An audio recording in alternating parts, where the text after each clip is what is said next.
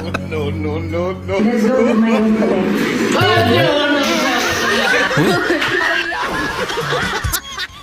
Social media. Kaya June kami nag-concentrate. Kaya No, no, no. nag-hire ako ng libo-libo na troll army. Ipapakilala ko sa inyo ang ating troll army. Part 2. Bella.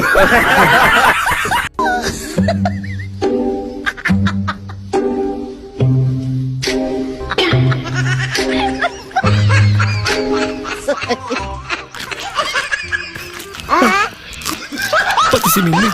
Wala tayong magagawa, mahal mo na. Matanda.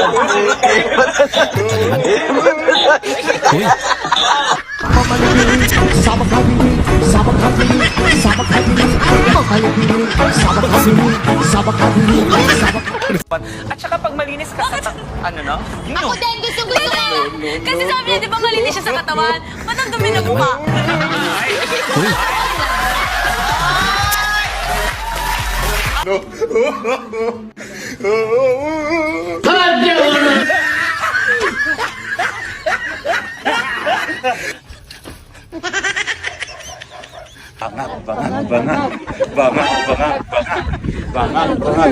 Part 2.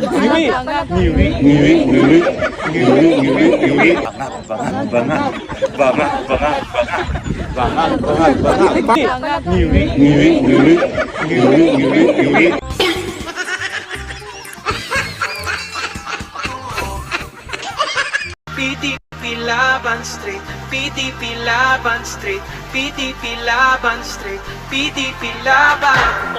Tondo, Pato, Bongo, Hinlo, Mata, Matuleta, Lambino, Rodriguez, Salvador, Kibuloy sa Senado. Tondo, Pato, Bongo, Hinlo, Mata, Matuleta, Lambino, Rodriguez, Salvador, Kibuloy sa Senado. Duterte Straight, PTP Laban Street, PTP Laban Street, PTP Laban Street, PTP Laban.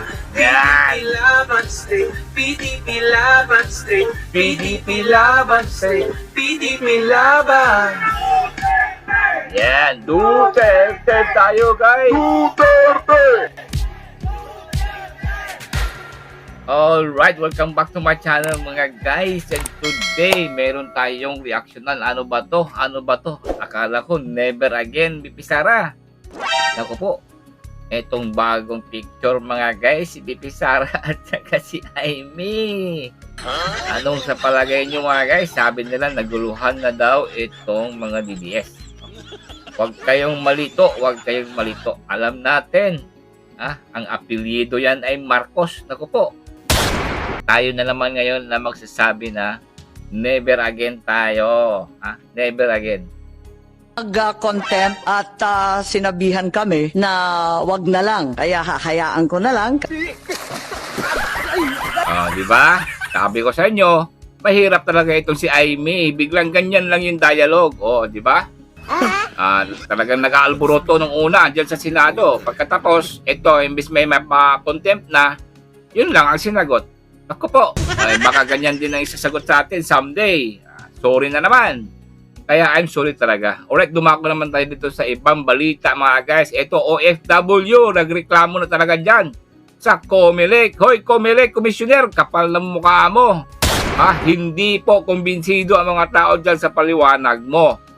Ito mga guys, importante ito kasi isipin nyo baka mabudol na naman ang boto ng taong bayan dyan dito sa eleksyon. Ako po, this is our time. Bantayan natin ito. Baka masayang ang lahat ng effort natin dito. Kaya, dapat lang napanawagan ng reklamo dito. Naku po, ang kapal na mukha nitong COMELEC. Ako, baka nagpalikod na naman dyan itong si Lisa Tanas. Ayop talaga itong babae mga guys. Grabe ang connection nito. Hindi natin sinasabi siya ang may gawa. Pero siya ang suspect ko. Ay, nako.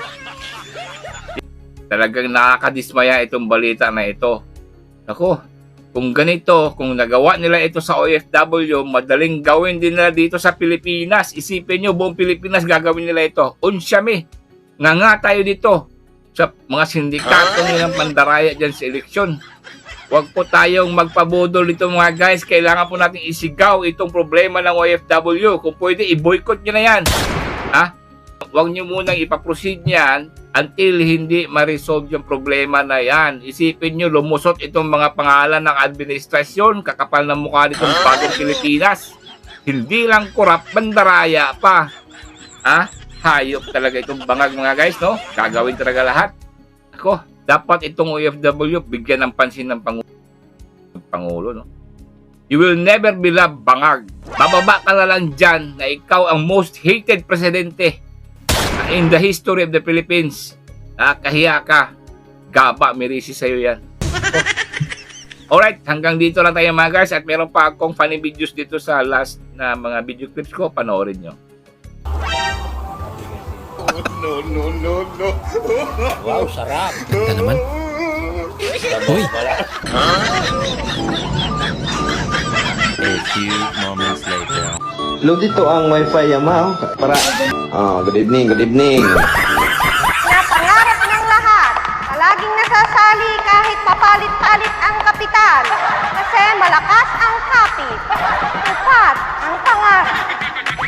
Muna, murag ka ilaw. Ulo! Oscar! Tati ka sana. Tanawa, guys. Relaxing ka na tanan. Sumuna ka ng padagat.